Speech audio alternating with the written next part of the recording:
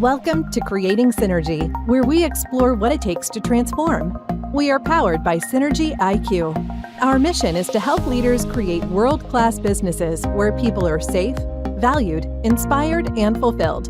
We can only do this with our amazing community. So thank you for listening.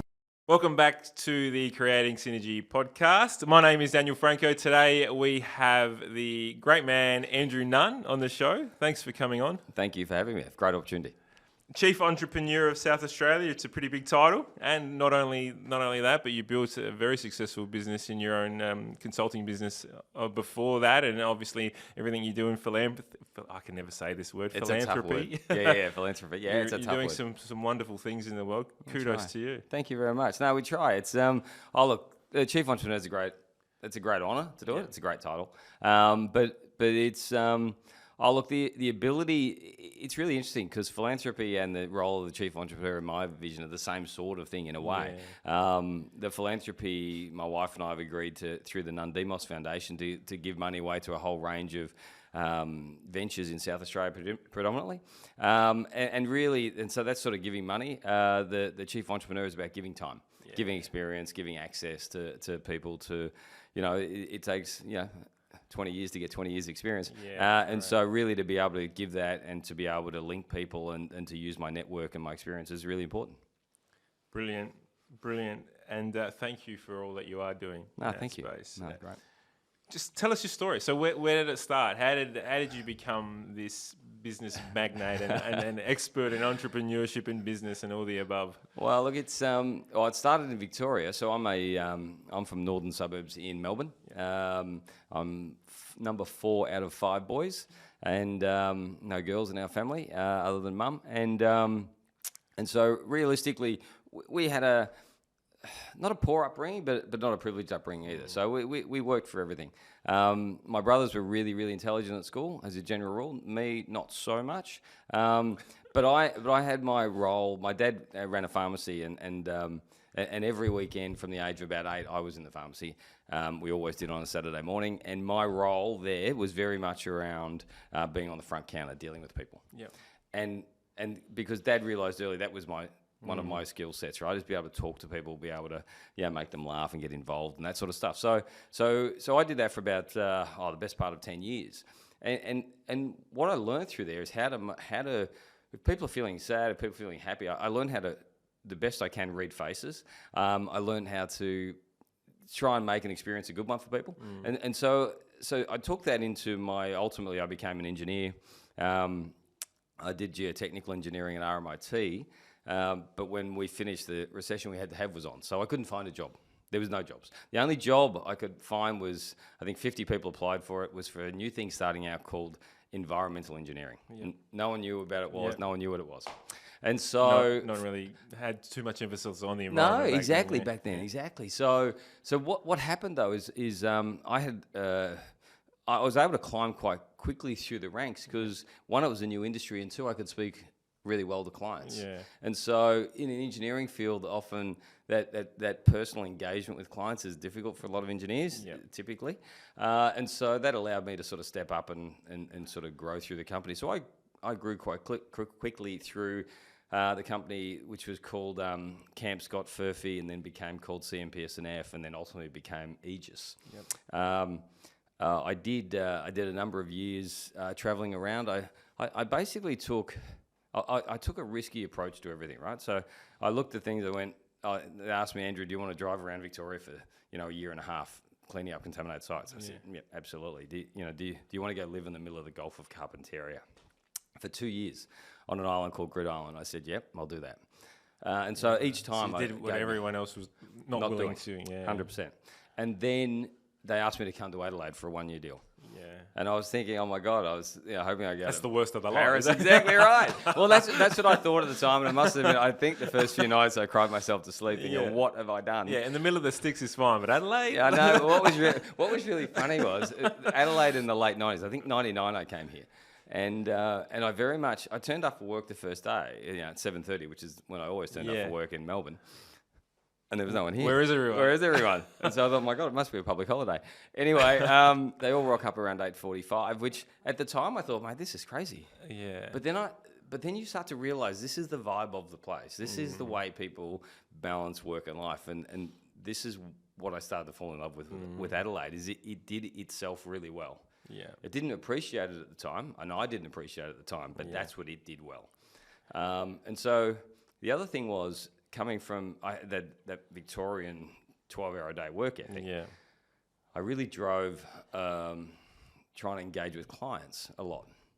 And so, ultimately I spent 2 or 3 years with that company, and then I went, you know what, I'm going to do this myself. And I got sick of making money for everybody else, and I thought, you know what, I can do this now. It's time for me to make that leap. And I was 32 when I did that. Yeah, great. And then so I started in my... I think the exact same age I was when I started mine. Yeah, there you go. There you go. It's the right age. Yeah. It's the Goldilocks. It is the Goldilocks. Well, you've got enough experience. Hopefully you got a little bit of capital behind you. But anyway, so we were living in Orange Lane in Norwood at that stage, and the other thing I knew in myself, I'm a great starter. I'm not a great finisher, right? So Speaking the same language. Yeah, right. So I hired a couple of guys at the outset and guaranteed them 2 years' salary, if they'd come with me. And we started on my kitchen bench in Norwood with linked computers sitting around the kitchen table. Yeah, right. So it was pretty surreal, but to guarantee them that, I had to sell my house in Melbourne. So I sold my house in Melbourne. So we rolled the dice quite a bit. Anyway, so as it was, we did really well. We had a really client-focused approach. We took a different offering because we all worked in big companies, and we thought, well, what do we do differently that makes it easier, makes clients, puts the client basically at the center. Yeah. So we did that. Ultimately, you meet a couple of really important people in your career. I met one guy, Don Field, who gave us our first remediation project. So consultants up to then did a lot of work on assessing, telling you about your problem, and here's a report that tells you about your problem. Yeah. And see if you can go find somebody else to fix it up. Yeah. I wanted to get involved in fixing up. Yeah. So I wanted to stretch the definition of consulting into potentially a little bit of contracting, but I want to do the smart end of the contracting in terms of building treatment systems and whatnot. And so we were one of the first to be doing that. Yeah, wow. And so we containerized these treatment systems, and then we started moving them onto sites and around sites. And that was a really transformation of the business. And so we did that until about, and the business grew really quickly. We had offices in Melbourne and Adelaide. I had about 45 people, I reckon. And I got to a point, it's actually really interesting, I got to a point where I went, I'm sort of done here. We were making a lot of money. That was not the issue, plenty of money. But I sort of came to the end of what I wanted to do with that business, but I didn't want to sell the business. The chase wasn't there anymore. Yeah, right? yeah, and it was painful because I had young kids at that stage, and I just wanted to spend, and I was just drawn in different, and so my same commitment. As I said, I grew up in the northern suburbs of Melbourne, and so all my drive up till probably my late 30s, early 40s was all about how do I make enough money? How do I make enough money so I don't have to do that again? Yeah. And then when I got there, I went, it's actually not as enjoyable as I thought it would be. Yeah. It's not everything. The grass isn't so greener. No, so I looked long and hard at it, and then as I said, I just needed a bit of a break. I think I got a bit burnt out, and I got to the point. So I approached a company. So we were in Melbourne, Adelaide. They were in Sydney and Perth, and we were in a strong financial position in that transaction, but we did a 50-50 deal on the basis that. That Andrew Lau, our CEO, who's a fantastic CEO, he takes over the running of the day-to-day of the business. And he is, and what I really learned through that is there's things you're good at, and you don't have to be good at everything. Yeah. And I think a lot of entrepreneurs think I have to be the CEO in the long term because that's my role. And I'm not sure that necessarily being an entrepreneur is the best person necessarily to run a big business. Yeah, maybe, but it depends on the person. So for me, it wasn't. And so when Andrew took over the running of what became JBS&G, and that company's 350, 400 people now, and so he's built that from about where I think we're 150, 120 when we merged. And so it's a good business. So it's a great story. Yeah. So Congratulations. Yeah. Do you still chair? Like, are you the chair of the board? Yeah. Are you on the? Yeah, on the so board? so we have there's I think 6 of us on the board. Yeah. So I chair the board, and Andrew's the CEO, and he sits on the board as well. Yeah, So and that company again is evolving and changing, and as good companies do. So no, it's a really interesting, and it's a great foundation business. Yeah. And we've got some amazing people coming through with lots of different thoughts about how we take environmental to a different direction. Look, I'm a firm believer in recipes, Yep. right? Like in formulas, and I love a good pasta blue swimmer crab. Like, so there's a formula Don't we to get. all? Yeah, Yeah. well, I mean, that's the thing. There's a formula and there's a recipe to get Yep. what is quality, right? Yep. And I actually believe, and I know most people do, that business is much of the same. So I'm really interested in how you scaled that business, how you got it to a point of being able to merge, being, obviously earning some really fantastic financials, being able to think about stepping back. Yep.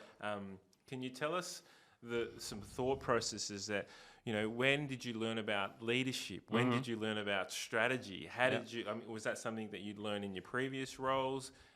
You talked about not being able, as a CEO, you don't have to do everything. So key hires, what did they look like? So I'm really interested in just some of that journey through that growth phase and how you managed through some of those ups and downs, because I can almost guarantee there was a lot of downs in there. Yeah, there was. It's funny though, when you feel like you got a business that's growing, you feel like you got the right business. It's the right business for the right time. There's a great feel. There's a great vibe in you and in the team. We go, okay, we got this. Now we just got to find our next big client. We took a view very early that, and these were one of our rules, we needed big clients. We needed to deal with the bigger end of town in the work we do. Blue chips, Because we needed to get paid. Ultimately, that financial risk, because we were literally starting with not much more than enough to cover salaries for a couple of years. And that was it. We didn't have any float. We didn't have any capacity to take any hits. And so only big companies. And so we focused on relationships. Really did. So the people come back that to your pharmacy days. come back to the solving people's problems, looking them in the eye, giving them the answer they want, and giving them comfort that you're going to deliver what you said you were going to deliver. And for big companies, I think that's what they want. I think it's hard for them often to hire smaller companies. But if you look at what they're trying to achieve, that they want innovation, they want solutions where they're in the center of what the client wants, and small companies deliver that sort of thing. In a bigger company, and I know I worked in big companies, you sort of become a number and you just get managed through the system. But I think this is something that we put up with, because we're a management consulting firm. We specialise in change, organisational change, that whole piece, change management essentially, and we work on things like workforce planning. We work on things through large digital change programs, or that sort of stuff. And we often come up against the big four, right? Like the KPMGs, the Deloittes, and whatnot. And there's a saying in amongst the small owners of consulting businesses is no one ever got fired for hiring the big four, right? That's exactly right. There is a safer thing, but where we do win business is the simple fact that yes, our level of customer service is extreme, and we have a more robust product, meaning because we're passionate about it. If we don't do well, we don't survive, right? So our back's up against the wall, so we have to do well. And every now and then you find a client who wants to help a group out. Correct. Right. Yeah. So what the other thing we did is we wanted our early clients to be part of our journey. Right. So to really feel like they were part of our journey, because we said we've gone out on a limb here. If you don't support us, you'll end up with just the big players anyway. So give us a go. And that was basically our pitch for the first 2 years. And it worked. It worked really well. It was all about just getting enough momentum in the business that you could hire the next person and then the next person. And that's the thing. Who were the critical key hires in your space? Oh, look, the first two guys I started with were fantastic. Adrian Weber and Nick Pannell were great. We were a great mix. Engineers as well, and really focused and committed to the business and the growth. And they love, we all love that story together. We all worked pretty hard, but we all had different roles in the business, and we did them all well. And that was a great. Actually, that was one of the real learnings out of it. whether it was serendipitous or fortuitous or whatever, the fact that the three of us worked so well together in different stages of the business, from finding to getting the work out the door, we did it so well. And so let me guess, you played front end? Well, I played there, so a lot of what I did, but it was funny, as Adrian grew, particularly through the business, there's clients that liked talking to him more than they like talking to me, because their personalities related, which is great. So, and that was the other change in the business, when you could have multiple people reaching out to clients, and clients wanted to talk to sometimes the technical guy, sometimes they wanted to talk to me, the boss, sometimes, and so you've just got to be flexible enough to be able to read. It's like looking people in the eye. What are they thinking? What do they need? Yeah. And so addressing that was the key thing.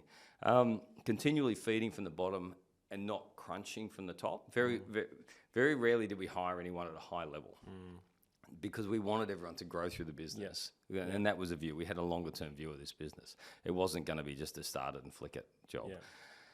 And so we took a long term view. We were all pretty, relatively young in those days, and we all just had a go. And we were all at a stage in life where we could afford to probably just have a bit of a punt, which is great. Right, so and this is the other thing: take a risk, have a go. Because I think somebody said to me early in life that the things you regret most in life are the risks you don't take. Yeah, and I think that's right. So anyway, so we went in and did that. I think some of the things I got wrong. One of the things I really got wrong was I didn't invest enough in the growth of the business. Right, I kept hiring people, but the systems that support that, I didn't do well. Yeah. So operationally, you're saying? Operationally. And so it all just started to build up and up and up more. And I think that's probably part of my getting burnt out in sort of 2014, 15. It was just exhausting. But were your hires around revenue producing? Yeah, 100%. Yeah. That's all we cared about was revenue.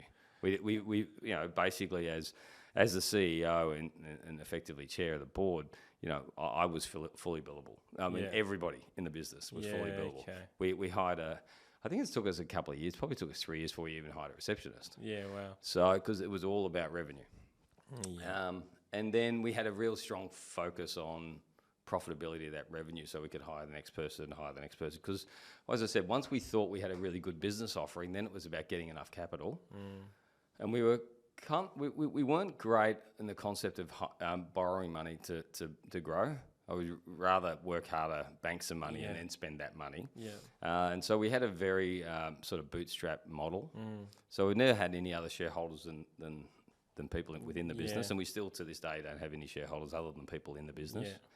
In fact, we've probably got about 180 of our staff are shareholders now. Yeah, wow. Or will be by the end of the year. Excellent, like employee share type. Employee share scheme. So we think that's probably one of the best things we've done in recent years. 100%, that's great.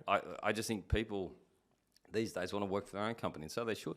I think it's great. We're doing that exact thing as well, absolutely. I think it's brilliant. That's how you bring in quality talent. And that was going to be one of my main questions is today, do you think that model, picking up your model, was, I'm assuming like 90s that you sort of really scaled this? Well, no, so 02, I started mine. Oh, okay, 02, and so really when it started to go, so it took us a couple of years, probably by 05 to 2011 was our real big growth years. So if you were to pick up that model between the first 10 years and put it into today's society, where people are possibly more connected to impact and purpose as opposed to revenue, would you do anything differently? Would you still be focused purely on or would you on the revenue side of things, or would you be more interested in building a culture of great performers, or something outside of those realms? Yeah, I think if you've got a longevity or a view of longevity in your business, and you want to avoid staff churn,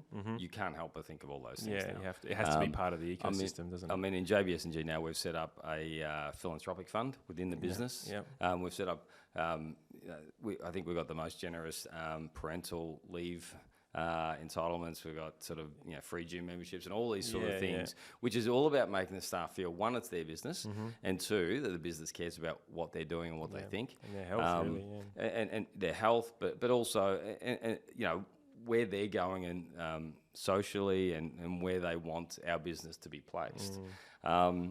So we try and avoid getting to a position whereby we take some clients and don't take other clients on the basis of political. We'll do everything that feels right. But our game out there is to basically clean up contaminated sites, support the development of good infrastructure, and be good corporate citizens along the way. Yeah. But the most important thing, particularly going forward, it will be minimising your staff churn, keeping staff and letting them grow through the business. Treating them well. But treating well like it's their business, Correct. and it should be their business, Yeah. and they should have an opportunity to grow into it. And so, my longer term view of JBS&G is that the staff share scheme will continue to grow, and as the older directors sell out, the staff will end up owning it more and more. So that's the view. That's my view of it.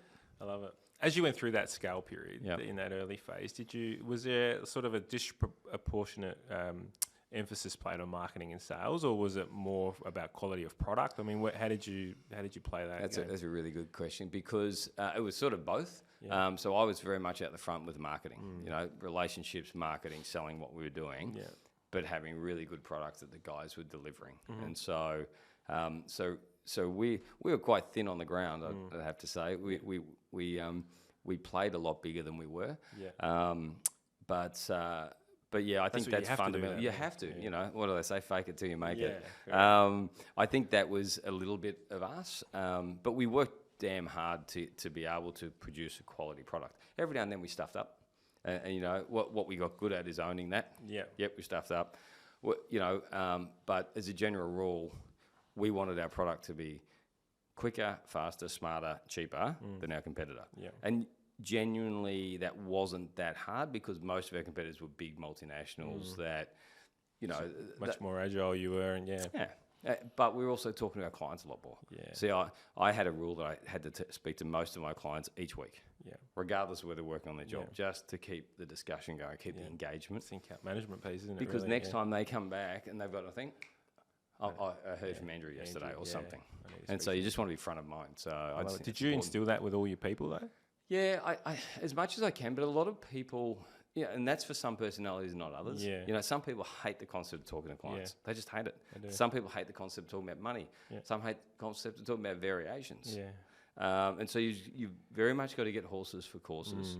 We had a really great technical guy, Richard, who's fantastic.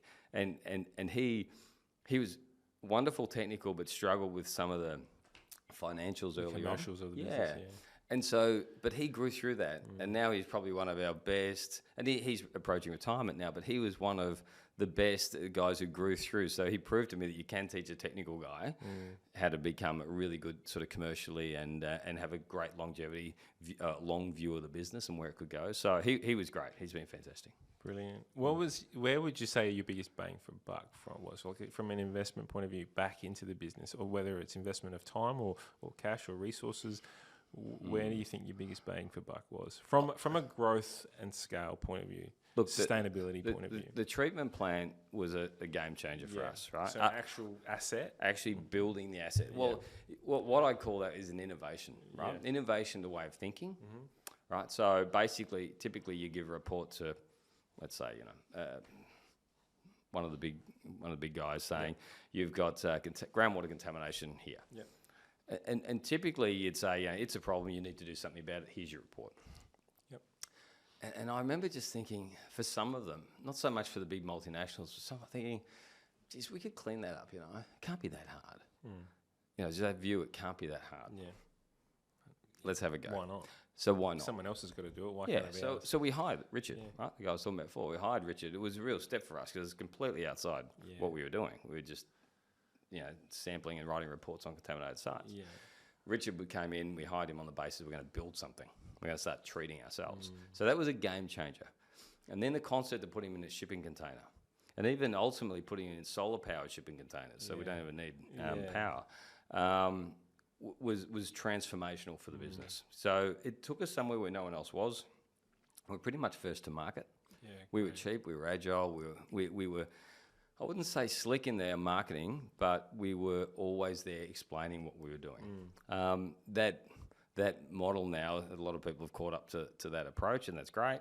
And so we need to now reinvent. Where do we go next? And I look at that. In my mind, consulting, the output is almost the same as what it was when I started 30 odd years ago. Right now, that's a problem. So we've got to rethink what the output is. Correct. Who's the audience? What are they getting? Because just writing reports and giving them is just not. I just don't think that's the future direction. 100%. And I have the exact same approach, and we've positioned ourselves. Our mission is to build capability within organisations, so to enable them through the change, but then also build the capability within, so that they can. Because you think about change, right, in its own right, it's a journey, isn't it? And it's a journey that's typically done not well because everyone's outcome focused or output focused. Yeah. Money goes into the end result. And not so much on through the path. And so that's kind of where we really get involved is helping people through that journey. But then while we're doing it, it's making ourselves redundant in the sense that we can build the capability within the team and grow that skill set. But that's really important. And I've talked about this all the time. Make yourself redundant and be confident enough in yourself to go find the next thing. Correct. And then make yourself redundant again. Absolutely. And if you can do that 4 or 5 times in your career, you're done. Yeah, right? Correct. You're done. You'll look up, you're 50, you've done really well, and you move on with your life. Agreed. And typically those clients, the blue chip clients that we're talking about, their teams are so huge that there is another part of the organisation that needs your help as well. That's right? true. So, and if you can find a window into those where somebody, as I said, you usually find there's somewhere between 1 and 10 people in your career that just help you, right?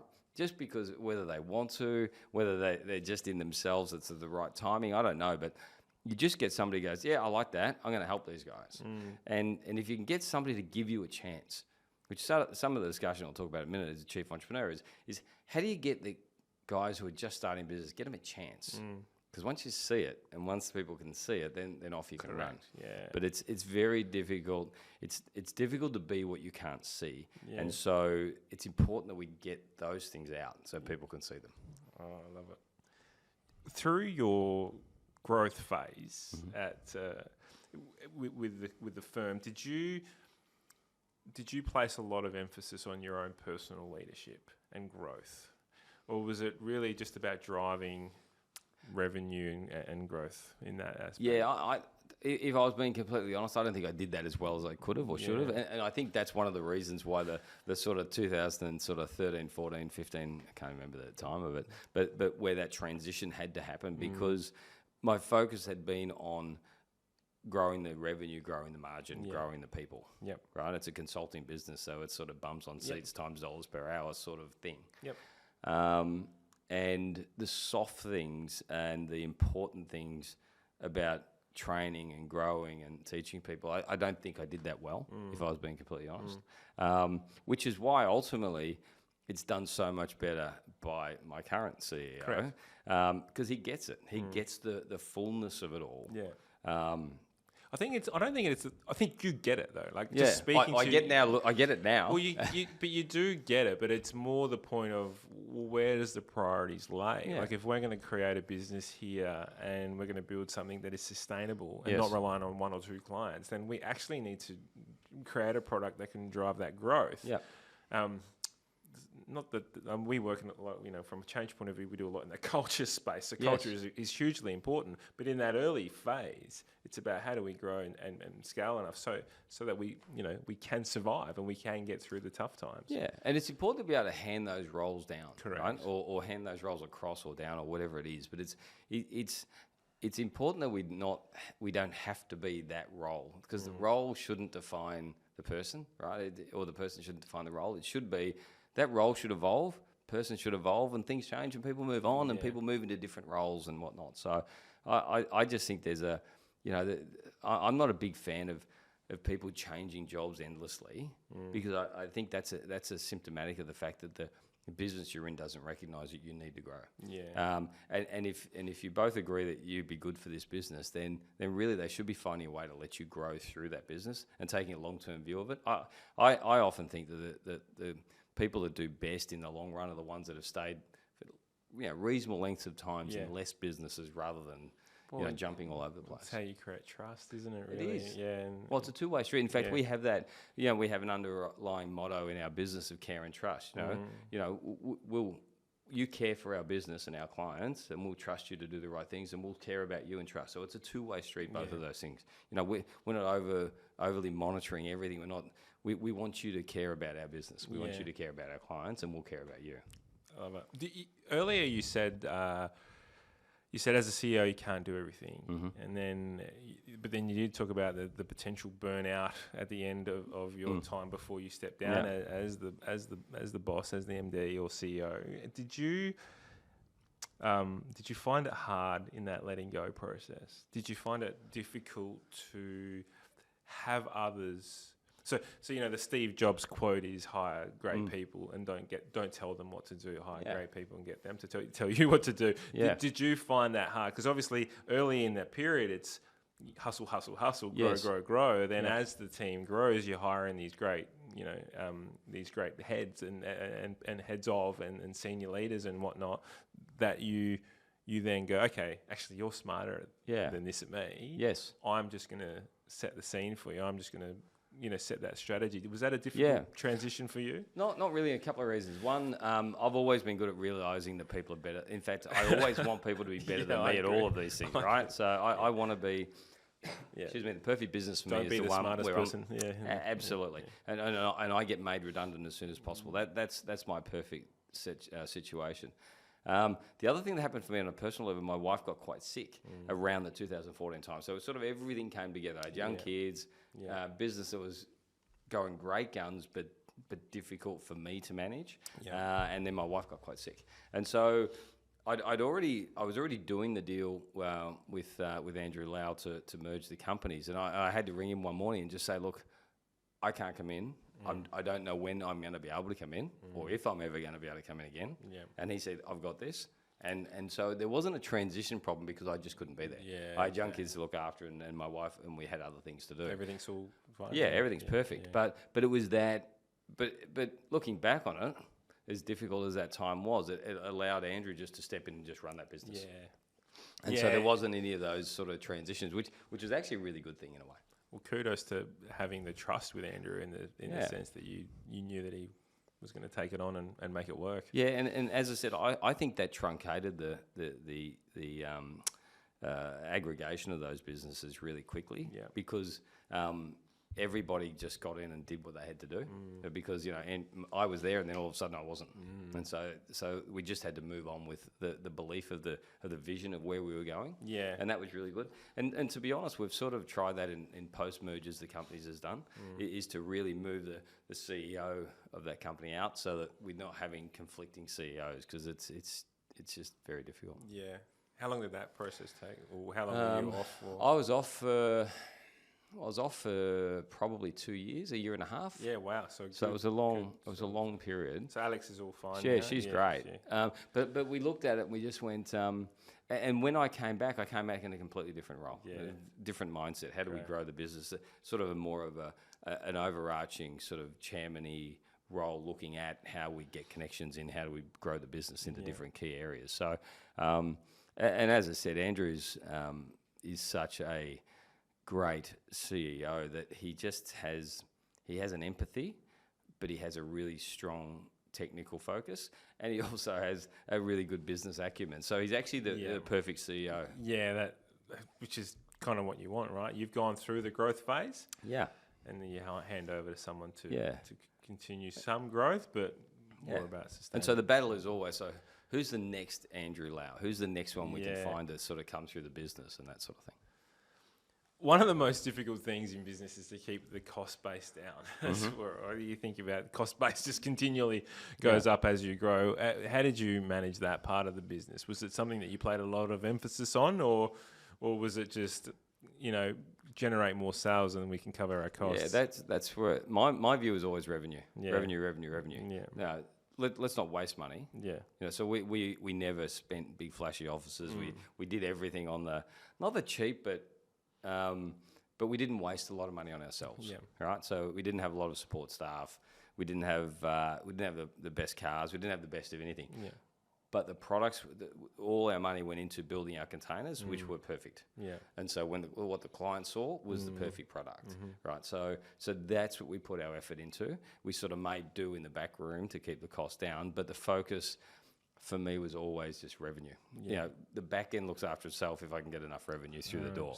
And again, that works for a while, but you ultimately need to then put the systems in place where you manage the back end. You manage that and you can scale that. And again, as I said, the thing I didn't do well is just putting the electronic systems in place to manage a group. I think you can get to probably 20 or so and you can make it work. But when you get to 30, 40 or 50, you really need systems that allow you to scale.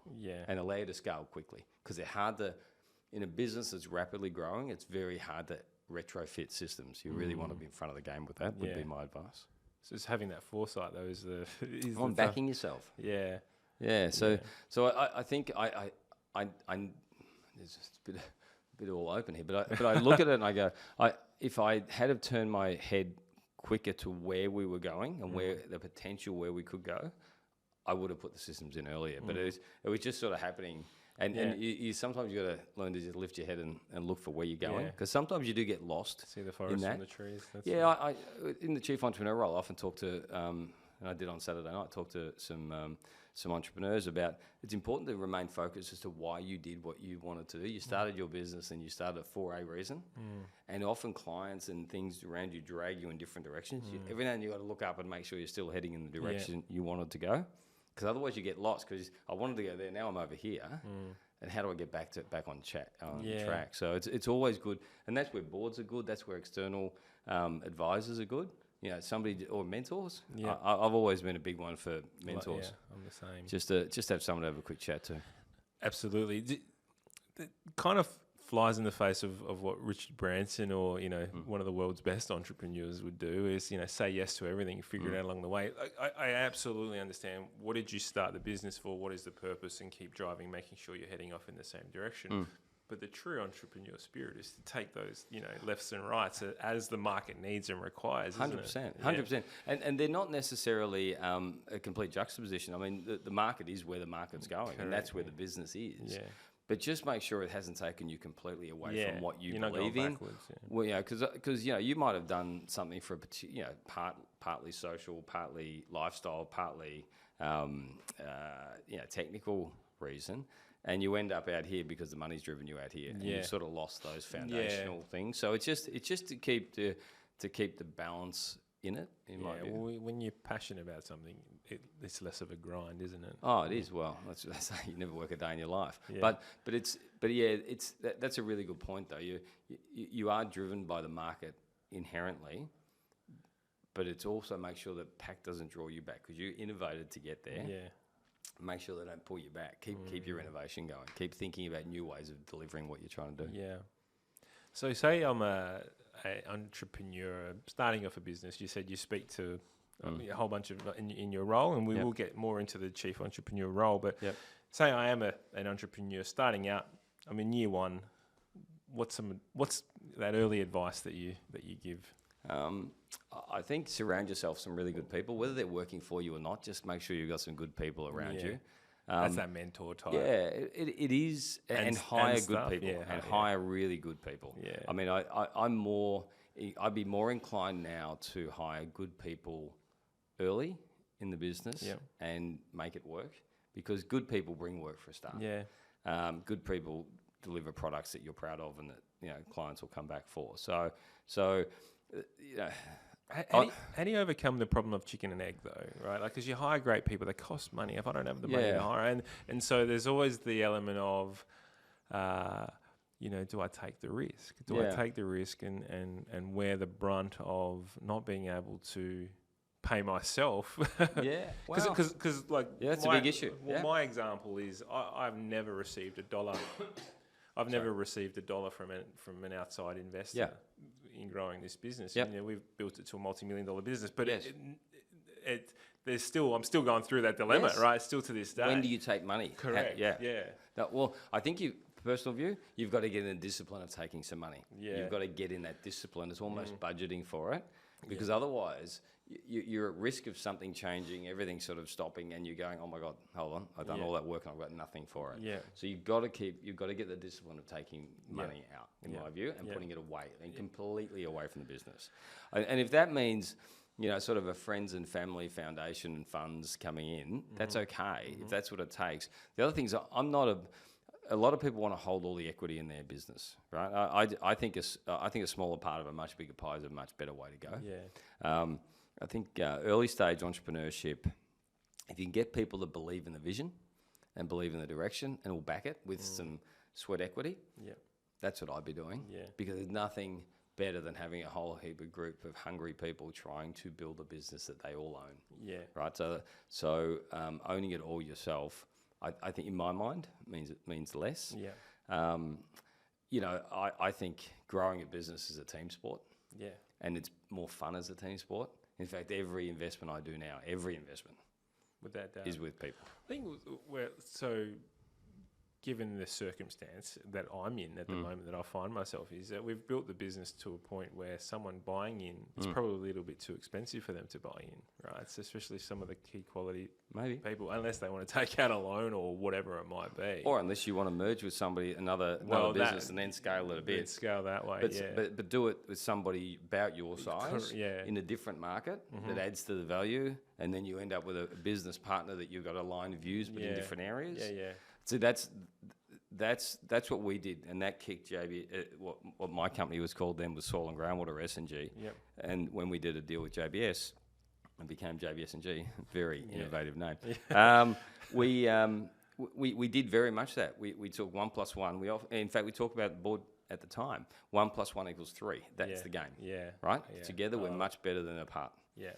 And so that's why we structured it that way, and that's probably advice I give people now is look for a merge partner who's got vision similar to yours in a different market that's a direct adjacent that you can scale from because it all takes time. Yeah, it does. And so anyway, at what point does that become the play? Because I have a business partner now, so it's not just me. I have a business partner to 50%.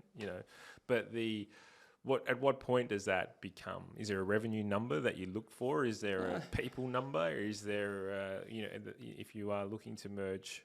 My gut feel is you probably all know. Yeah. It'll wake you up at 3 a.m. Yeah. That's what I do. I trust my gut. If I wake up at 3 a.m, either happy or concerned, then I make decisions on that basis because my subconscious has been working through the night on it, and I know, I knew that the merger with JBS was the right thing to do for me at that time. Yeah, brilliant. Because I knew I could see no other clear way out. It's funny you say that because a couple of years back, Michelle was my business partner. We made a decision that it didn't quite work out, and I remember having a conversation with her after, and we made a pact to each other there and then. Because before we made that decision, we both had this gut feel. And the gut feel wasn't the right decision, but we still went ahead with it anyway. And you learn from your mistakes. Yeah, absolutely. But we actually made a pact from there and after. From now on, our gut feel will be tabled. Our gut feel will be talked about and discussed, and understood before we don't make any decisions in a rush. Yeah, correct. Not those sort of important ones in a rush, 100%. right? I'd take the time because they're really important growth decisions. Taking on external equity to support growth is fine in some cases. You just got to make sure the people you're getting the equity from are aligned with your view and vision and timing. Yeah. In terms of patient risk capital out there, in South Australia particularly, there's not enough as there needs to be. People are willing to take a longer term punt on something. Agreed. And just to wait for a return rather than expecting their 7% tomorrow. Yeah. And so until we can build a maturity in the ecosystem that is a legitimate business investment, and there's a lot of exits that have supported that as an initiative, then I think we'll need to look at different ways of getting capital. But look, as I said, I don't mind selling equity to somebody who's going to help me grow equity. Yeah. Selling equity for the sake of just getting some cash through the door. Some people have to do it. That's fine. Yeah. But I'd rather be aligned with another group and then grow together to a bigger thing. That's my view. And that's not for everybody. But that's just my 100%. I love your point on the investment, though. It's about making sure that we're investing for the long term. We had, on the previous podcast, like 1 or 2 episodes ago, we had a guy by the name of Nicky Skevak on the show. I'm not sure if you've ever heard of him. He is the founder of Blackbird Ventures. Oh, yeah. So they invested in Canva many years ago. $250,000 investment. Well done, you. It's made them handsomely rich. Yes. They also invested in Culture Amp and Safety Culture, some of these other online programs as Yes. well. So they've done this tremendous stuff. Happy Co is another one that they've invested Yeah. in, which Jindo Lee, we've Yep. had him on the Jindo, show he's as well. Great guy. Jindo's Love Jindo. absolute superstar. Yes. But my point is Nicky's philosophy is invest in the hungry, not proven. Yeah. Right. 100%. Like, and he actually uses, that's his motto. Is yes, you can have delivered and built business and made millions of dollars in that business. I'm not so concerned about that because you might not be hungry anymore. Yes. You might not be passionate about what you're doing, and that's where the investment comes in. And if you actually have a good quality product that I believe can scale, and you're hungry, then 50%, if not more, of my investment goes into the fact that you are hungry, and it was 100%. pretty profound. And I think the other thing is you've got to keep innovating in your business. Our business, well, collectively, I think, we're 20 odd, 30 years old as our business, right? Yeah. And I think you've got to continue to always push the boundary of innovation. Yeah. Where do we go now? Yeah. Allocate some monies, allocate some people's times. Where does this industry go? Where else can we take it? And really make sure that gets a seat at the board, because you really want to keep driving that, because otherwise somebody will come up, the hungry will come and get you. Yeah. So it's really important that we get enough hungry people in our organisation, and it's really important that the same people don't always make all the decisions all the time. So you need to keep promoting young people. I mean, we have shareholders in our business that have been in the business 3 months because we just see they're young, hungry, they're going to drive it. Yeah. So we want them in. Do you use the shareholding to attract people 100%. into it? Yeah. 100%. Yeah. Great. So we've gone. I'm year 1 of my entrepreneurship. Now I'm year 4 or 5. Yep. What is there different advice that you would give at that point? Well, it depends on the scale of your business, but yeah, absolutely. It's so now you're a maturing business. So what's your differentiator? What's your, it's that SWOT analysis at that point, right? How can I scale this thing further, quicker? Because I'm 4 years in now, so 4 or 5 years in. So there's a bit of brand there. I've got brand, I've got recognition. So where's my markets? Yep. Where's my clients? Where are the ones that I haven't thought of? How do I expand to ones that I'd love to get to, but I'm not sure how I get there? And how do I, again, the stage, how do I innovate my business? Who's around me that are doing things differently in my space that'll possibly take my market? Yeah. And understand that market. Yeah. Because that's a risky position, right? So you put 5 years in, so you're invested. Yeah. Yeah? You're all in. Yeah. You're all in. And you probably haven't got a huge amount of rewards at that point in time, Correct. right? You're just starting to build some genuine equity in a business. So now is where I'd be thinking, how do I scale this thing quickly? Now I've got something to sell. The business itself has got an equity value in it. So how do I use that equity? Do I use that by putting my equity, go back to it? Do I use my equity with another person's equity, put them together, and then we have much bigger business in different states and different marketplaces, and then we can scale? That's because the thing is, it takes time. Yeah. Even if you're in your 20s and you're 10 years in, well, you're going to your 20s to your mid-20s, mid-30s. And then there's different things in your lives too. Yeah. So this is the other thing people forget. I almost got to have kids because you get so lost in the business. But then you got kids and those things, and you want to spend time, and all this stuff takes time. And so you got to work out, what can I do to get my business where I want it to be, generating good income, generating growth, generating opportunity. But also I need to do all these other things that I need to do in a personal level as well. Because working 60 hours in a business when you've got a 4-year-old and an 8-year-old doesn't work. No. Doesn't work long term. No. So and that's fine. Then you have different drivers in 20s, 30s, 40s, 50s. Right? And I'm learning the 50s drivers now. And that's great. But there's things I would have done differently in the 30s if I had known. But as I said, we almost forgot to have kids. Because you just get so locked up in the business and where you're going. Did you have kids during the growth phase? Yeah, so I started business in 02. We had kids in 04 and 06. Yeah, well, so pretty much straight into it. So it's just like, oh my God. But that's great. But it is how you play. You don't want to overplan your life, but also you've got to think about, though, there are just realities Without of doubt. life. I've got a 10 and an 8-year-old, 2 girls, and I'm obsessed with their sport at the moment. Yes. But my whole life seems consumed with it. That I feel like I've never missed I've missed one basketball game. Right. That was in Melbourne. That Well, you've done well then. Well done. Yeah, but one basketball game, and I still. But then that basketball game, my wife had me on Great. FaceTime So or you're there whatever, anyway. so I was still watching it. But see, that's the beauty of it. You're a team doing it too, right? Yeah, So that's correct. beautiful. Yeah. But it is important. But that's the thing, though. So 5 years out, if you go another 5, so you're 10 years into the business, where do I really need it to be in 10? Yeah. And that's the question I'd be back solving for that. Yeah. Right? At 10 years out, this business, I need it to be here, here, and here. Yeah. And it needs to be earning this. I need to be doing this and not that. How do I then back solve for that? So I've got 5 years to get to there. Yeah. Who do I need to put in place? Who do I need to merge with? Who do I need to talk to? Who do I need to get as clients? Where do I need to be positioned? And I'd back solve, and then I'd start working a plan. It's funny because I've never, because I've done that, right? I'm going through the exact phase of the moment of understanding what the next 3 years looks like. Not so much the 5, but the 3. And the merger idea has never sort of crossed my head my mind, because I've always just assumed that I could do it myself. I've assumed that I could grow. You probably can. Yeah, I've assumed that there's enough market there that I could do it with the right people in the team. Is that... Probably can. But the thing is... Depends on the scale and size. Well, also, but then what's the exit? Yeah. If you've done it all yourself, what's the exit? Yeah. You sell it? Well, when I say I've done it myself, I mean as a team. No, but I mean as a team. So how do you get out of the business? And that's fine. But I look at it. working.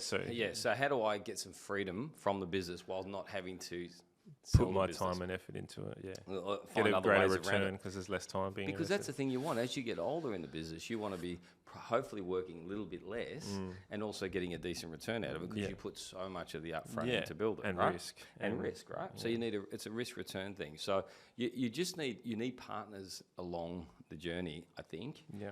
Unless your plan is build it, sell it, and then go do something else, right? And that's fine. And there's lots of different exits. So I take the view of a long-term view of business. Yeah. If it comes shorter, that's great. But I start with the view of a long-term. So you merged with a company in Sydney and Perth, right? And Sydney, does the stigma of Adelaide come into play? Does a company in Sydney go, I don't want to merge with my little cousin in Adelaide? No, because there's inherent differences in the way states work. Yeah. There's no doubt. But Adelaide, through its nature in JBS&G, is probably the more innovative wing of our business. Yeah. Right. So we try things here. Yeah. But this is my broader point about Adelaide, is the perfect sandbox. Right. You want to try something, you want to throw an idea out, you want to test it in the market, do it here. Yeah. It's big enough to play, but small enough not to damage a national brand. Yeah. Right? Yeah. And so this is why a lot of people trial stuff here. NBN trial stuff here. All sorts of people trial stuff here. Yeah. I'd like to see South Australia even promote that. Come and try your ideas here. Yeah. Come and try your health initiatives and digital health and interesting fintechs and whatnot. Come and give them a go here, because I think this is a place where you can actually, because of the degree of connectedness and the geographic proximity of people, you can actually do pretty much anything here. Yeah. Check it, scale it, measure it, and then scale it nationally and internationally. Yeah. So I think that's one of our real strengths, and I think we need to push that more. We'll go more into South Australia. I'm keen to talk that. One last question on entrepreneurship, actually, before we get into your chief role. So there's a few school of thoughts, and you talked about an exit plan earlier, but there's a few school of thoughts when speaking about business, and sort of the two of the most popular ones are build something to sell or build something that can create a passive income, right? Which is the moving away. Yeah. You've obviously gone down the passive income. What's your thought process around people or people to get into businesses just to sell versus? I mean, is there great? Yeah, great. I mean, if that's your view, that's fantastic, right? You've gone in with a plan. Yeah. You got a strategy. You execute the plan. Love it. Yeah. Or if you have a plan to have a long-term passive income and somebody comes and offers you a big check. Yeah. Great. Well done. But always build it in a way that it could be sold. Is that's always have that in your mind. Yeah. I think you get a better business out of that. Yeah. You've got to look at those things like if somebody wanted to run their fund, a lens across your business, how would it stand up? Would it look good, or would it look messy and difficult, and lots of deals all over the place? And so no, we'd had a number of people approach us over the years, over the journey to buy us out, and it just didn't feel right for us, and it wasn't the journey we wanted to go on. And we got a great margin business with great people, opportunity to innovate all the time, and just to rethink. And from my perspective, early 50s now, I start looking at it, go, okay, well, with this as a foundational piece, with this as a business I'm really proud of, what else can we do? Where else can we add value? Where else can we give back? And that's the broader discussion for me as to where it goes. But from an exit point of view, there's lots of different exits. As long as your exit is your planning, doesn't matter what it is. Yeah. But just always remember your staff. That's the thing for me. Yeah. Is if they're part of the growth, they should have a say in the exit. 100% is my view. But yeah, absolutely.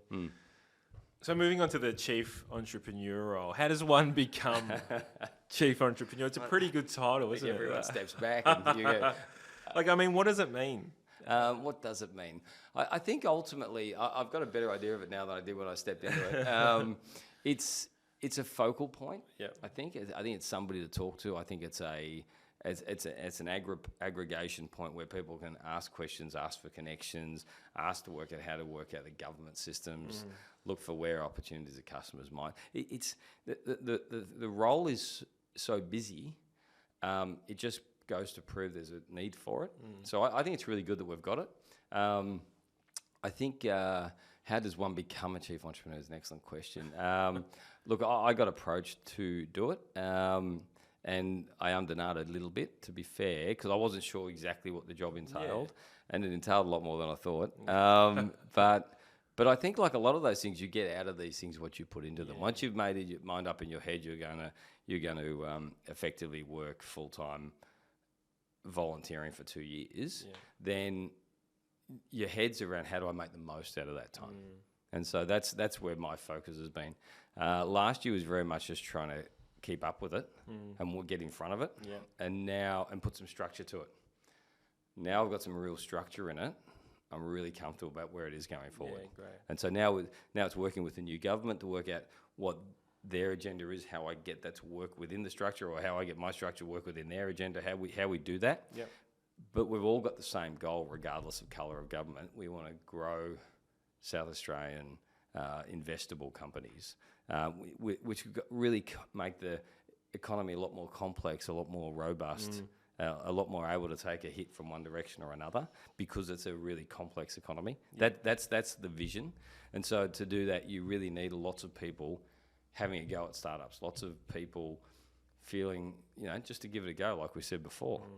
So I spend a reasonable amount of time talking to high school kids, because I think that's the next generation, right? So we have a problem. We do not have enough female founders.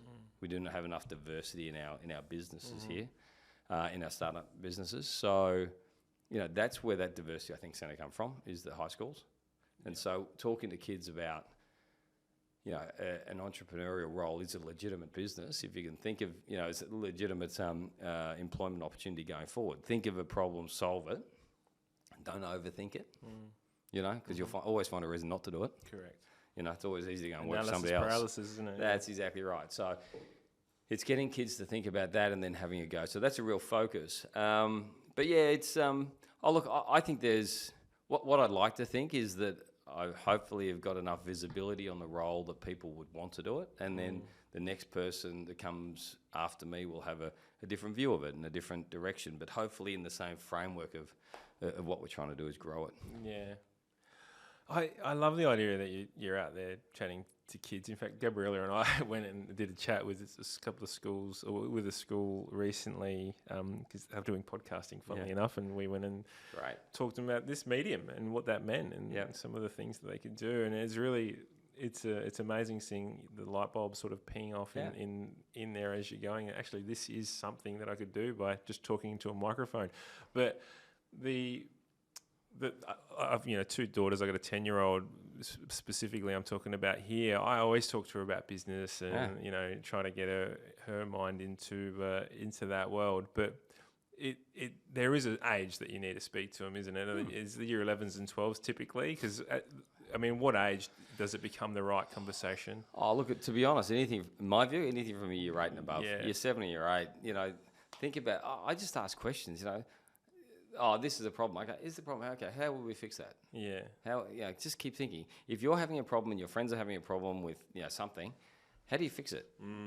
And then if you guys are having a problem with it, more than likely most people are having a problem with it at your age. So how would you fix it? And would they buy a solution to it, or would they invest in a solution to it?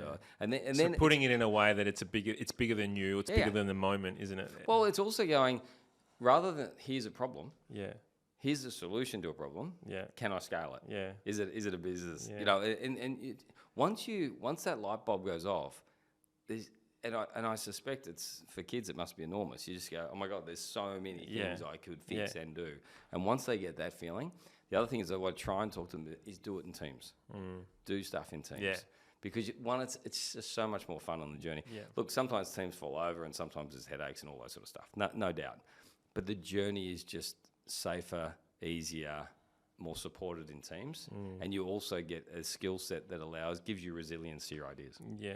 So no, I just look. I think I can't quote the statistic off the top of my head, but I think if you've got one parent that that either runs their own business, as a child, your potential to end up running your own business is substantially higher. Yeah. So it's that issue, you can't be what you can't see. If you can see your parents running their business and you feel really good about it, it empowers you to be able to do it. I agree.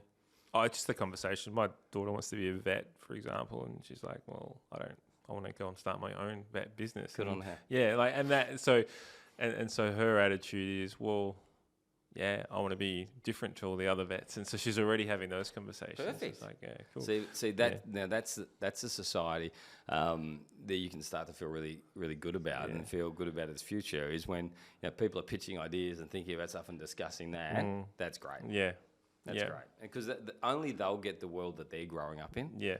I don't get it. No. And I find it difficult and changing all the time. But for them, that's the reality. That's normal. On ball. Yeah. What does a day in the life as the chief look like? Well, they vary a lot. As I said to you, it's a great role. It's anywhere from talking to premier and ministers to talking to high school kids to talking to startups. Yeah. To talking on a podcast. To talking to podcasters. I mean, but all of it is about connection. Yeah. All of it is about engagement and getting a message through. Every now and then I see something, I go, my God, this is important. You know, premier or minister or somebody or chief executive in my department, Adam Reed, who's a legend. They need to know about this because it's really important. It's really important the state grabs this opportunity and does something with it. And so that's one of the real beauties of the role, is you get to see the front end of a lot of this stuff. Oh, without doubt. And so I'm impressed. I mean, if everyone knew how much is actually happening, and it's hard to get the message out, but if everyone could understand it, they'd say, "My God, there's so much happening in the state." Yeah, I think one thing that went through my mind last time when we caught up for coffee was, you were rattling off names left, right, and centre, and I'm a people collector. I love it. So one thing that went through my head is, wow, some of the amazing things that you would see, and some of the brains that you would meet. Like it'd be such an inspiring role. But it's even some of the most obvious things. The really simple things. Simple. I shouldn't call them simple, but what on the face of it look like simple solutions to a problem. The work that my venue's doing here in terms of we did some work with them. Great, right? So it's things. The Care app with Nicola. What we're doing with 42 here, with training kids, reskilling kids in computers, is amazing. And if we could get that message out better, and that's why this podcast is great. But if we can get that message out more of what's happening here, people are really proud of what happens in this state. It's really impressive. Yeah. But with all that, we've got to keep a broad remit on what we do in this state, but also we've got to sort of play to our strengths a bit. We can't. I don't think we can be everything to everybody, because it just gets difficult. We've got to provide a pathway for everybody, but I think the state itself needs to specialise in some things that it should be best at, space and cyber and those things. I think absolutely. You know, I'm a big fan of mineral resources. I just think, you know, I think we've got 70% of Australia's copper in the Upper Spencer Gulf. I just think, you know, that is really important that we look at how we have that as a key part of our future going forward. So I think extractive industries are really important.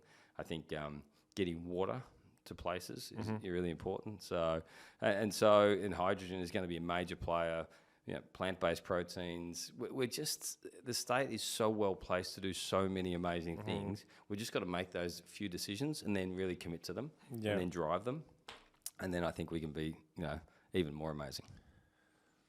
I was going to ask you a political question, but I'm wondering whether I should. Oh, well, it was just given your space in the environmental world and the nuclear waste plant stuff. Yes. Like, is that an area in which we think South Australia should go? Look,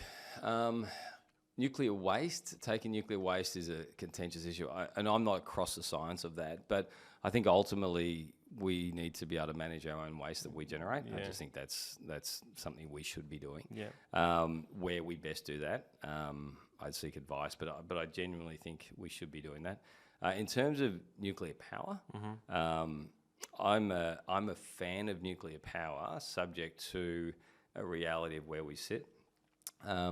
I think a lot of these, I think big nuclear reactors in Australia are probably never going to happen. I think the cost to build them, the time it takes to get approval and all that, I just can't see that ever happening. Small reactors, potentially, subject to that. I think that should be something we consider. Because things like hydrogen, even generation hydrogen, takes an enormous amount of energy. Right? So you've got to get a really good, clean source of energy to create hydrogen. So there's a reality in this discussion from, you know, just a greenhouse gas point of view and whatnot, that, you know, I think a transition away from fossil fuels is inevitable. The faster the better. But we need to be very clear about how we get a baseload power supply. Okay, cool. We'll leave that there. As since you've been in the role, what's something that surprised you the most, concerned you the most, and got you the most excited? Wow, surprised me the most. Surprised me the most at how many people are involved in the ecosystem. I mean, when I started to get a list of everyone wanted to have a chat, I thought, oh my God, this list is huge, endless. Which was great. So that surprised me. But what also surprised me is how many people wanted to talk because they wanted to connect. They wanted to connect to entrepreneurs. They wanted to connect to capital. So everyone wants to connect. It's just there's a lack of connection at the moment. There's a problem there we could solve. Yeah, exactly right. So that's the game. That's the game. Is how do you make it more? We need more capital in this system. There's no doubt. And so how do we get more capital in, both venture capital and angel investment and patient risk capital and all these sorts of different levels of capital need to get into this system to enable it to grow, because the money will always find a home, right? We just got to we've got to design that system. So it surprised me as much how well the role was liked. What was the second one? Concerned you the most? Concerned me the most. I couldn't think of anything that actually concerned me, other than I'd say I'd love to see an enormous amount more go into talking to the kids. As I said, from year 8 up. I'd like to, you know, there was 5 entrepreneurial high schools that were operated under the previous government, and I think will also be running under this government, which is great. Which is all about extra funding was given to run actually a course on entrepreneurship and innovation from year 7 to year 12. It was fantastic, and to see these kids was literally amazing. And to see kids who would otherwise may have fallen through the cracks because they think differently. You know, entrepreneurs often think differently. Innovators think differently. That's what they're there, right? The crazy ones that make a difference. The creative thinkers. The creative thinkers are people who think about things differently. Well, that crazy comment was a Steve Jobs quote, right? No, it's the crazy one. It's the misfits. It is. It is. But to sit whilst these kids were presenting to the minister and myself and some others in the department, just sitting there going, we should be doing more of this, right? This is what we should be doing more of, and getting this whole level engaged in that this is their world, this is their future, and they can have a crack at it, right? So it's not concerning, but I like to see more effort into it. What was the last one, sorry? What has got you the most excited? What's got me? When I see the number of potential unicorns that are here at the moment, that people know about some but not others. You just sit there thinking, there's so much opportunity for this place just to go boom. Yeah, right. I was going to ask, what are some of those unicorns? Let's get people excited listening. Well, you look at Biome Bank just blows me away. Tom Mitchell. Yeah, have a listen to that podcast. The guy's next level. What those guys are doing and what those guys are able to do. Look, the guys at Prepped, I think, are amazing. They're looking at a hydration, like a sports drink, but it was developed years and years ago through Flinders Uni because of stopping kids dying of dehydration in Bangladesh. Was a way of rehydrating the body, and so now they're using it in sports. Five Cast, you've got Luminary, there's a whole range of them. There's so many, and they're young people driving these businesses. I think, and one of the things we're looking at doing is how we might map this ecosystem and make it more visible for people to see from who are outside the ecosystem, because part of it is about how do we make it easier for people to invest. Yeah. Right, because all these companies are looking for capital. Not all of them, most of them are looking for capital at some point. And so how do they get capital? How do they get access to capital? How do we get super fund cash into this system? Yep. And, we're meeting with people on that at the moment. And so, you've got companies like Fleet, and I don't know if you've seen Airspeeder, but Airspeeder, the flying cars, unbelievable. Unbelievable. Right, so these are game changers, both state, national, and globally significant things, right? And so we need to keep supporting them. Mm-hmm. We need to keep promoting them and investing in them, and then letting everyone know that they could be the next one and have a go. So if we can hit biotech and we can hit space and we can do cyber and we can do sports drinks and whatnot, there's no limit to what we can do. It's just the access to the market and the capital. From a South Australian point of view, you mentioned mining, defence, cyber a few times now. Is that the play?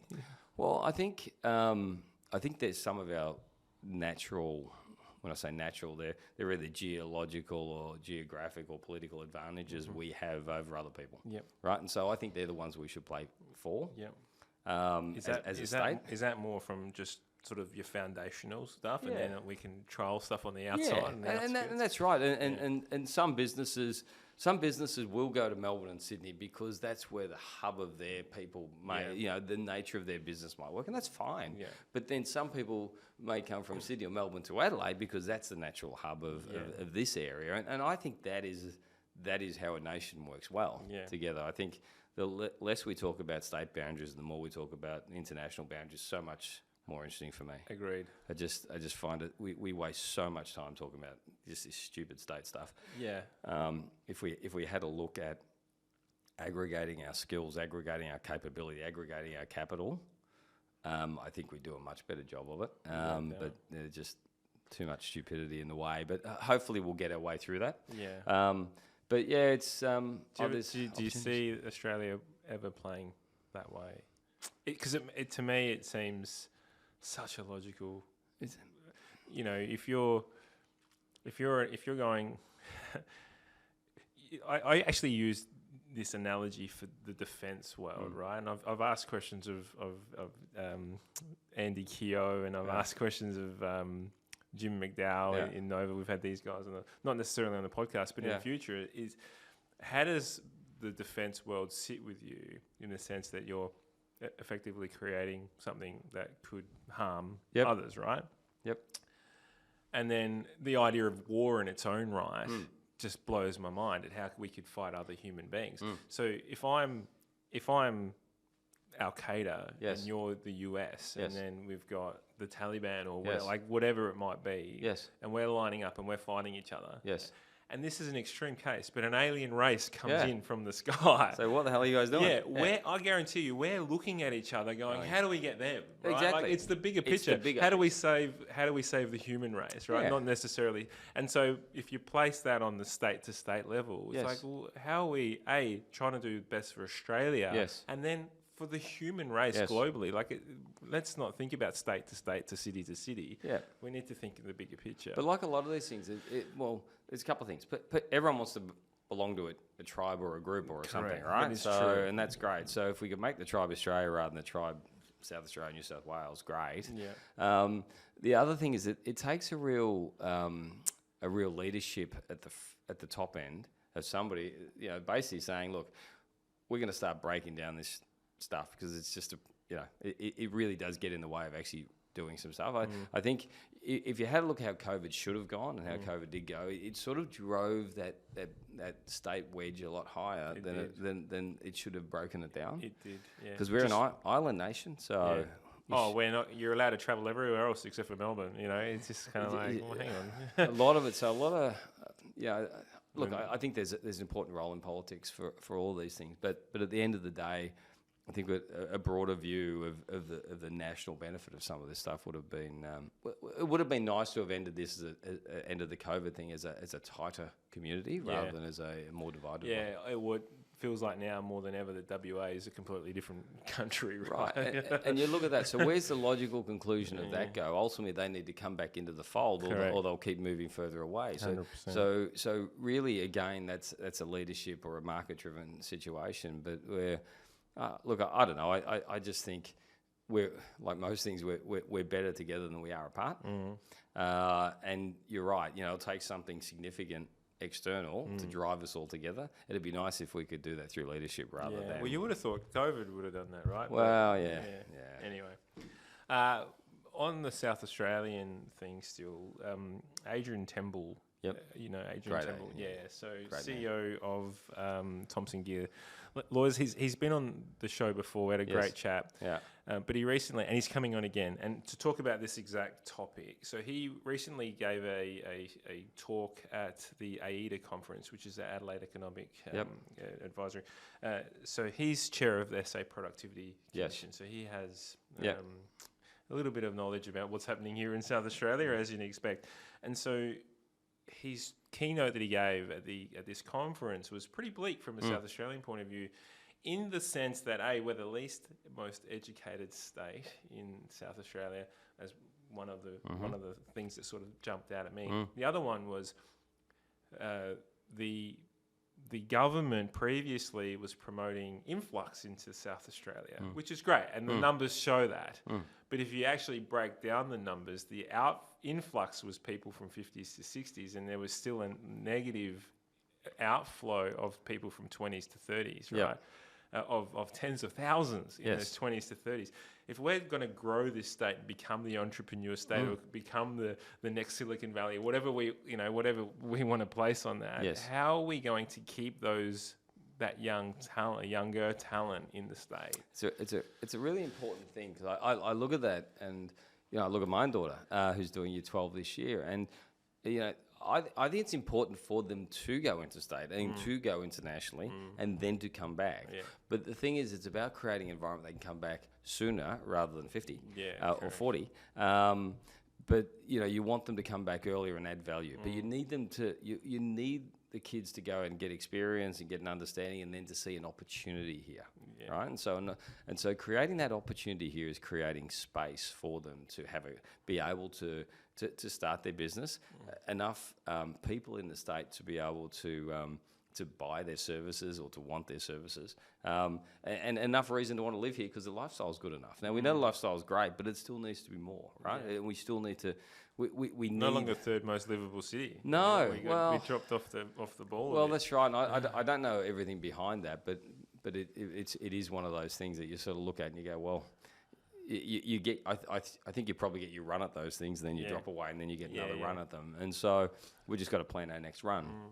But yeah, we need to create the environment where they come back early, and we need to have enough resources here that they can start a business and hire people and know that there's sort of excess capacity here. And so it's. I also go back to play to our strengths, right? So. You want them to come back and start the businesses that are relevant to what we're doing here and what we're a hub for, right? This should be the best place in the world to do certain things, right? Certainly the best place in Australia to do certain things, and this is why they should come here. And so, look, I think we just got to own what they are, know what they are ourselves, and then promote the hell out of them.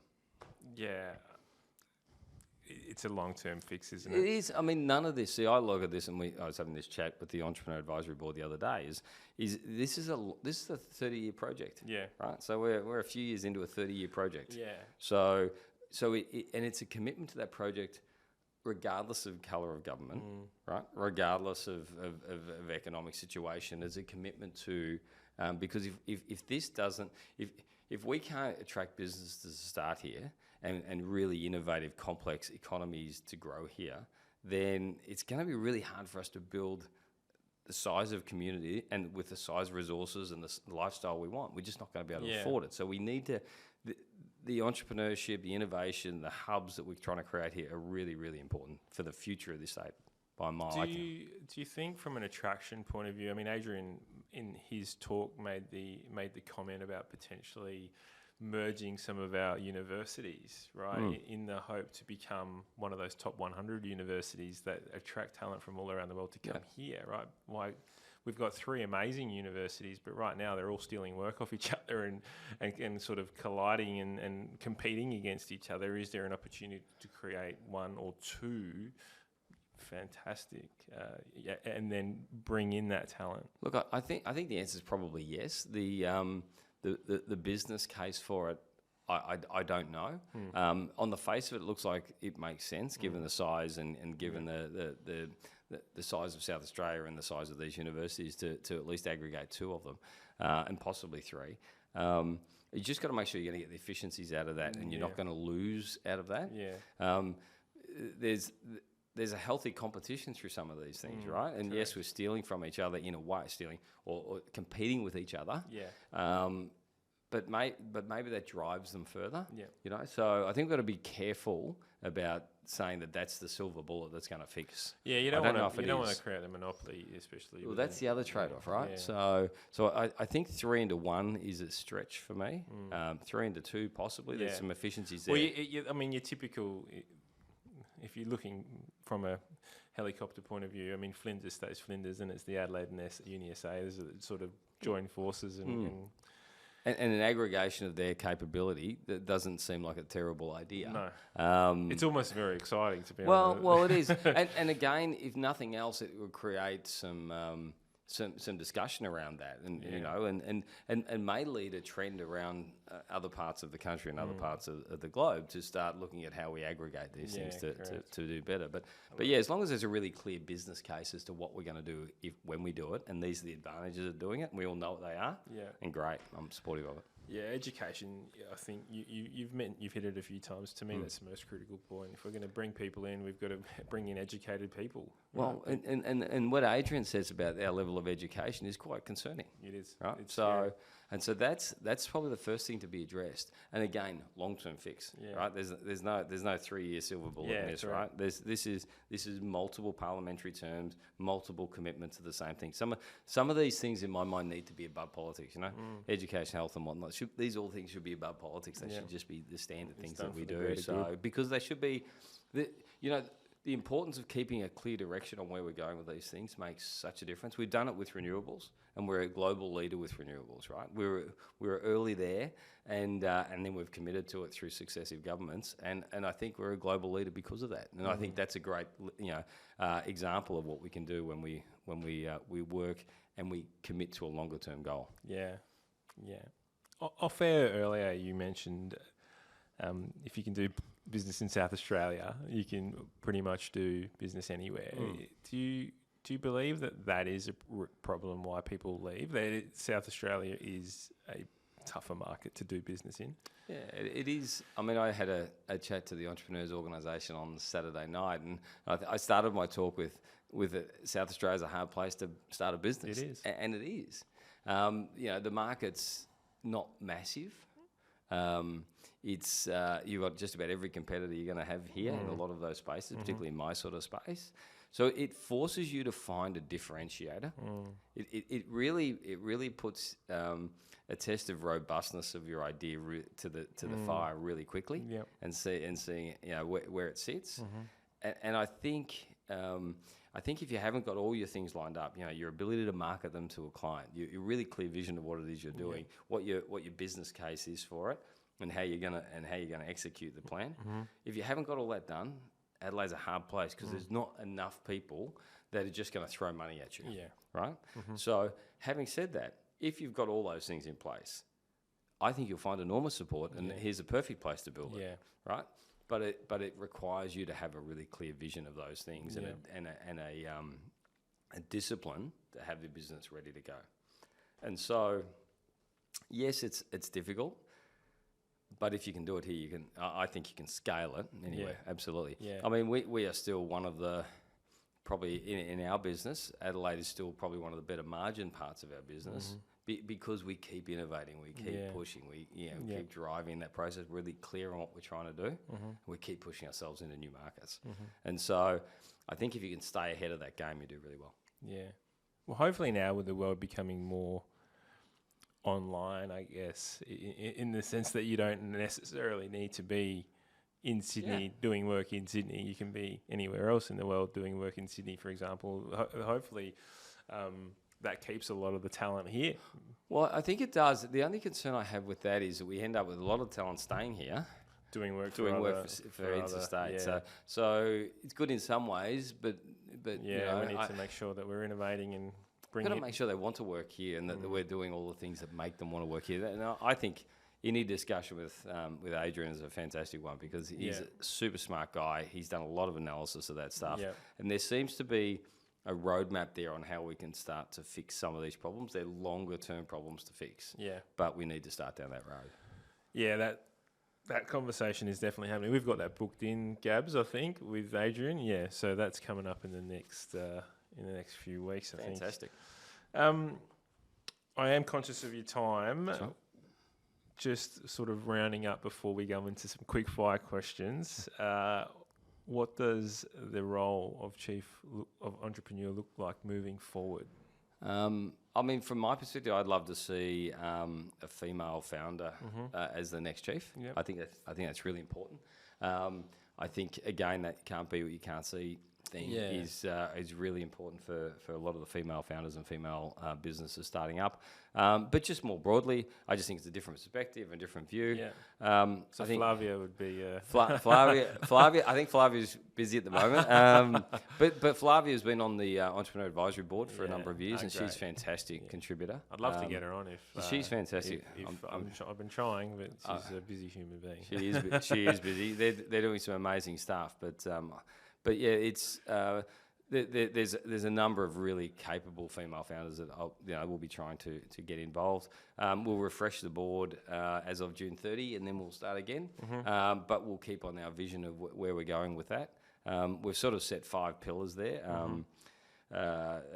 capital, education, ecosystem, social impact, entrepreneurship, and events. And there we think if we do those 5 pillars really well, then the ecosystem will continue to grow. And we've sort of provided advice because we're an entrepreneur advisory board. Our output is advice, and we've been giving advice to government in that, and we'll continue to do that and continue to sort of try and assist government where we can to try and drive entrepreneurship up and innovation up. So I look, I'm really hopeful, to be honest. I'm really hopeful. Great. I think my time nominally ends sort of early next year, and I think the ecosystem is better for the last couple of years, and I think it'll just get better still. Yeah, brilliant.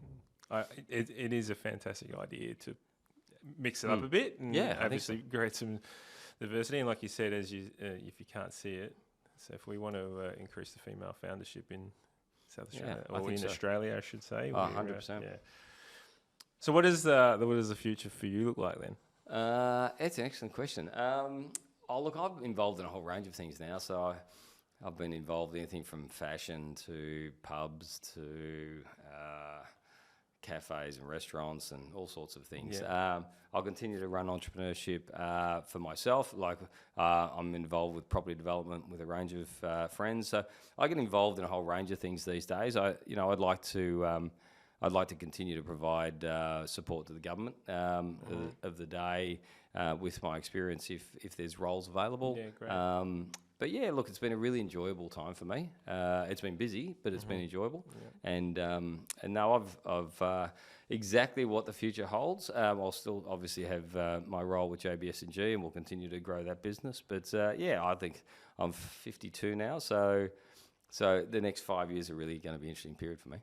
Well, the philanthropy stuff will continue to add some impact into the world. So I mean, kudos for you. We love that. Doing that. Yeah. We love that. So we're I think a major philanthropic sponsor for Cabaret and Illuminate, and so we like to get involved in all the SA stuff that we can. Look, I sit on the Art Gallery of South Australia board, and I've really enjoyed that. And so I think just getting involved and giving back, I think we Alex and I both really enjoy, and I think we'll continue to do that. Well done. All right, so some quick fire questions as we round up the podcast. These you can elaborate and you can deep dive if you want to. I know you do have a parking meter that you need to get to, so we'll run through that. What are you reading right now? We're big readers here at Creating Synergy. What are you reading? Red Notice is my. Red Notice. It's a really, really good. It's actually a true story about a entrepreneur. Who gets blocked by the Russians. It's a fantastic story. Red Notice. It's well worth reading. I have heard. Yeah, I've brilliant. I heard that on another podcast the other day actually, and I wrote that. It's down. Really worth reading. Yeah. It's fantastic. Onto it. What's one book that you believe that sort of stands out from the crowd? Like, what's one that you've gifted more so than?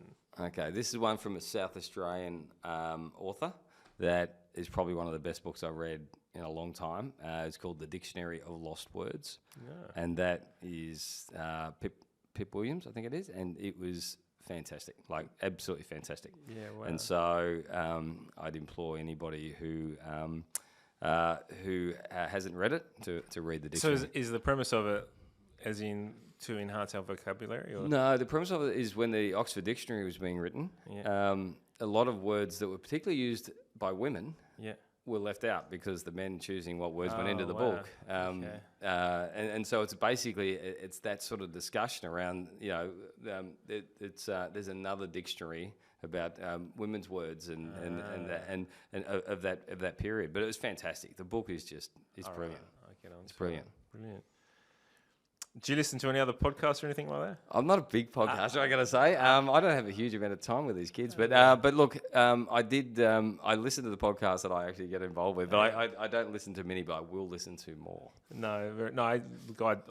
I'm looking at the photos on the wall of all these amazing people, and so I'll have to log back in. Yeah, there are. You talk about amazing businesses in South Australia. I'd love for you to connect me with some of them so 100%. We can get on there and share their story and their journey.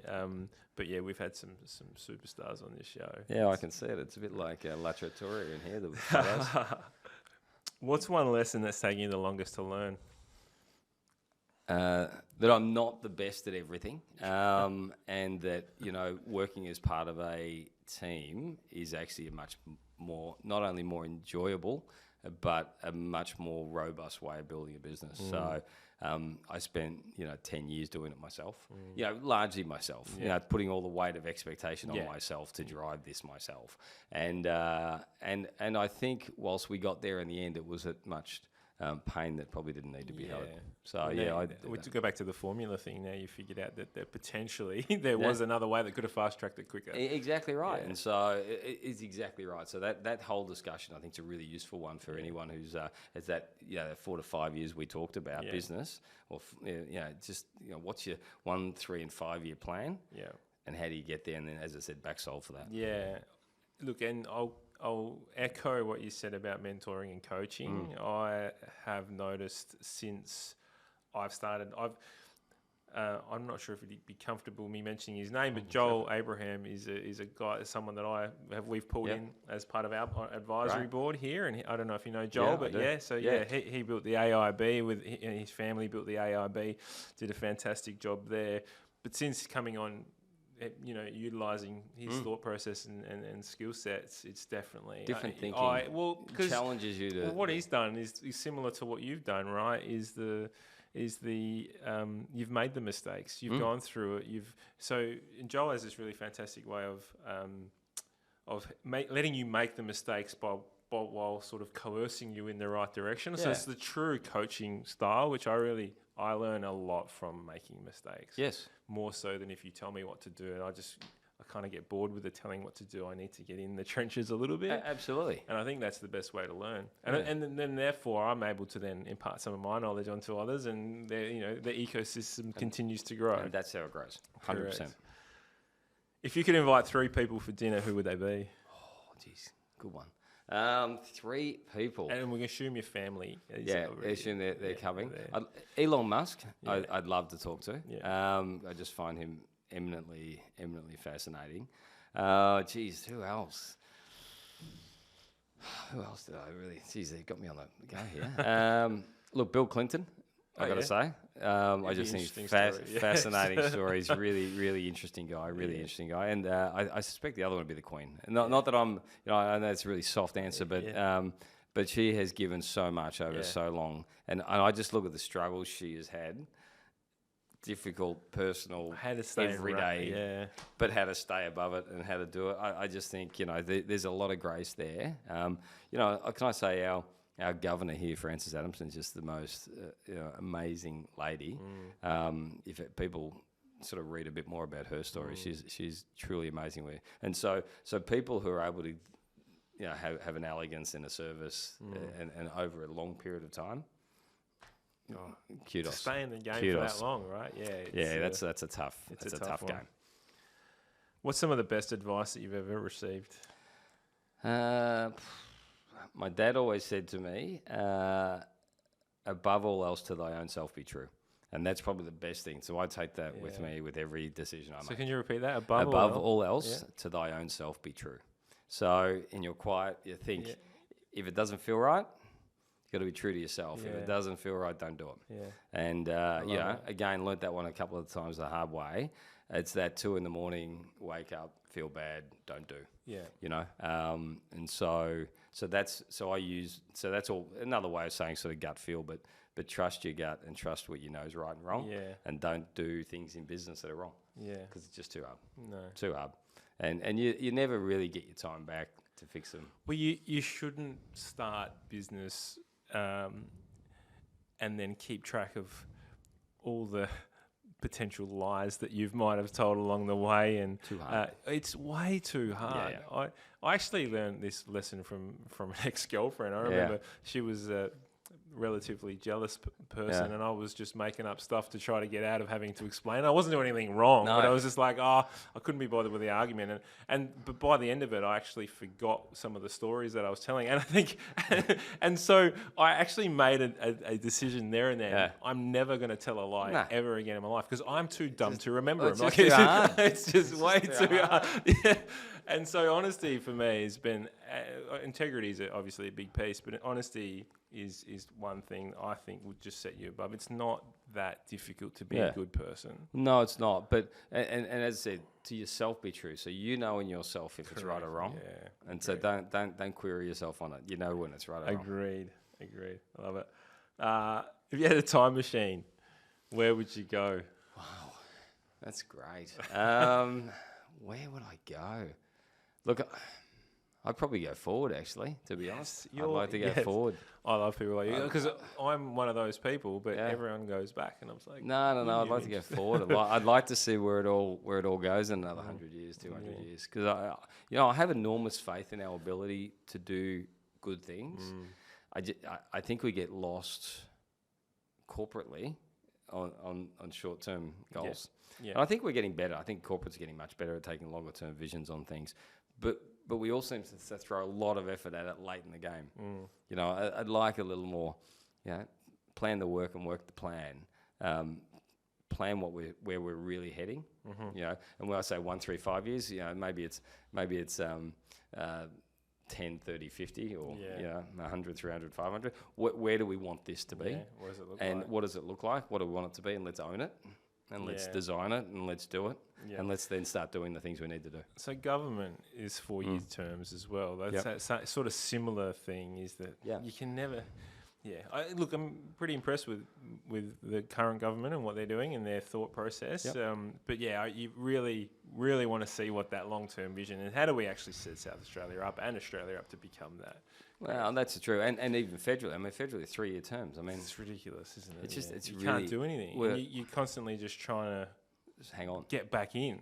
And first, so first 3 years or first 4 years is about getting back in, isn't it? Yeah. And so unless you've really got control of both houses of parliament, it's very hard to get a lot of things through.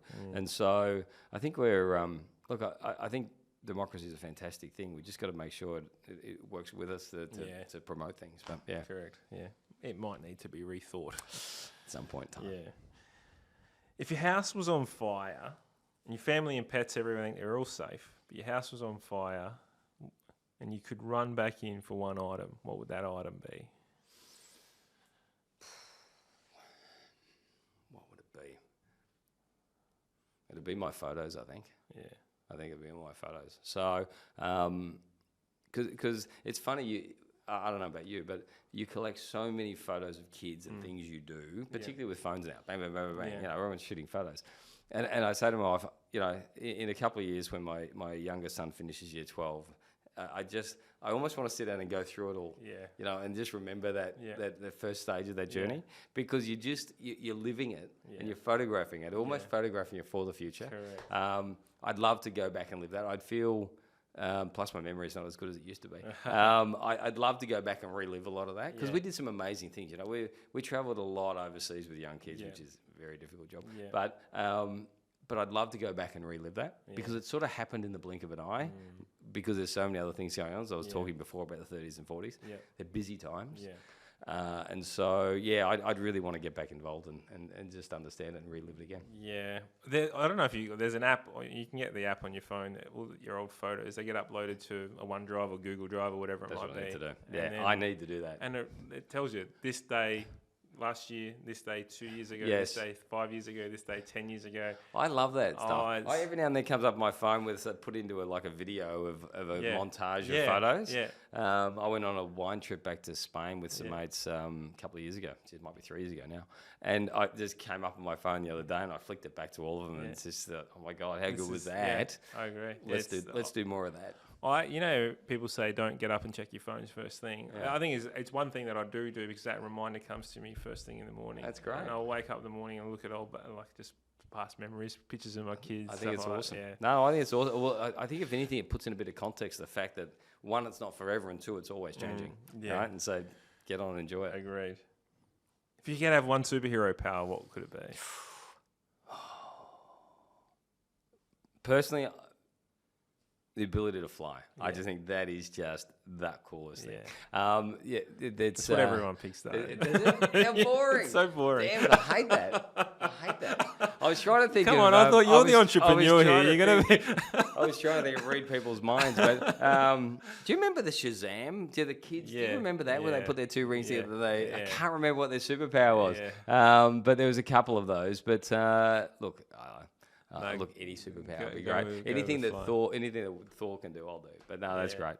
A lot of people say it's fly and read minds. Yes. And I don't know why you would want to read anyone else's mind. No, I cannot even read my own mind. Yeah, exactly. I think just that freedom, that concept of just being able to go, which is why I love Airspeeder so much, because I just think that's that cool concept of just being able to go. Yeah. There's something in that, though, that I could hands down categorically say it's above 80% of people saying fly. Is that? Yeah. So there's something in that. There's that. I think there's a freedom in flight that everyone would just love to be able to just go somewhere. Yeah. That's great. Yeah. No. I always come back with teleportation. You can go somewhere. Teleportation. I love that idea. I always think it goes wrong. There's a problem. Yeah, anyway. You end up in some random space. Random spot. Well, they've missed a couple of cells. But anyway. And finally, I love this one, and hopefully you came prepared. What's your best dad joke? Oh, no, best dad joke. Oh, no, God, let me think if I can think of one very quickly. Best dad joke. Why do you have a garden bed? Why do you have a garden bed? Just 'cause. This was hilarious. Anyway, sorry, I can only think of that one off the top of my head. So no, I didn't come prepared. It's Apologies that good. for that. It can go to the Hall of Fame straight Sorry. away. Any shit joke goes straight to the Hall of Fame. Yeah, that's all right. Well, that's top of the shit jokes.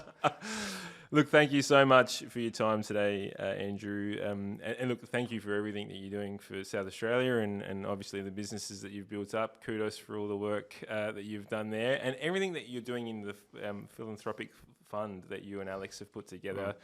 The idea of giving back is one I think everyone should get onto. It's not done enough, and it's really amazing to hear that you are doing that, and obviously with your time and with money. So thanks for everything that you're doing there. Oh, look, thank you so much, and what you guys are doing with SynergyIQ here, and what you're creating.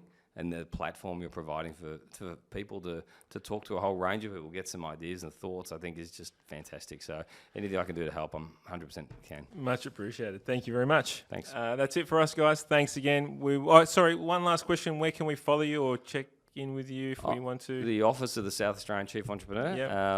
And I think we're on LinkedIn, and I'm sure there's a Twitter and whatnot account there. But certainly talk to the office of the South Australian Chief Entrepreneur if anyone needs to talk to me. Yep. And they'll arrange a time we can catch up. Excellent. Very good. Thanks, guys. We'll catch you next time. Thanks for listening to the podcast all. You can check out the show notes if there was anything of interest to you and find out more about us at synergyiq.com.au. I am going to ask though, if you did like the podcast, it would absolutely mean the world to me if you could subscribe, rate and review.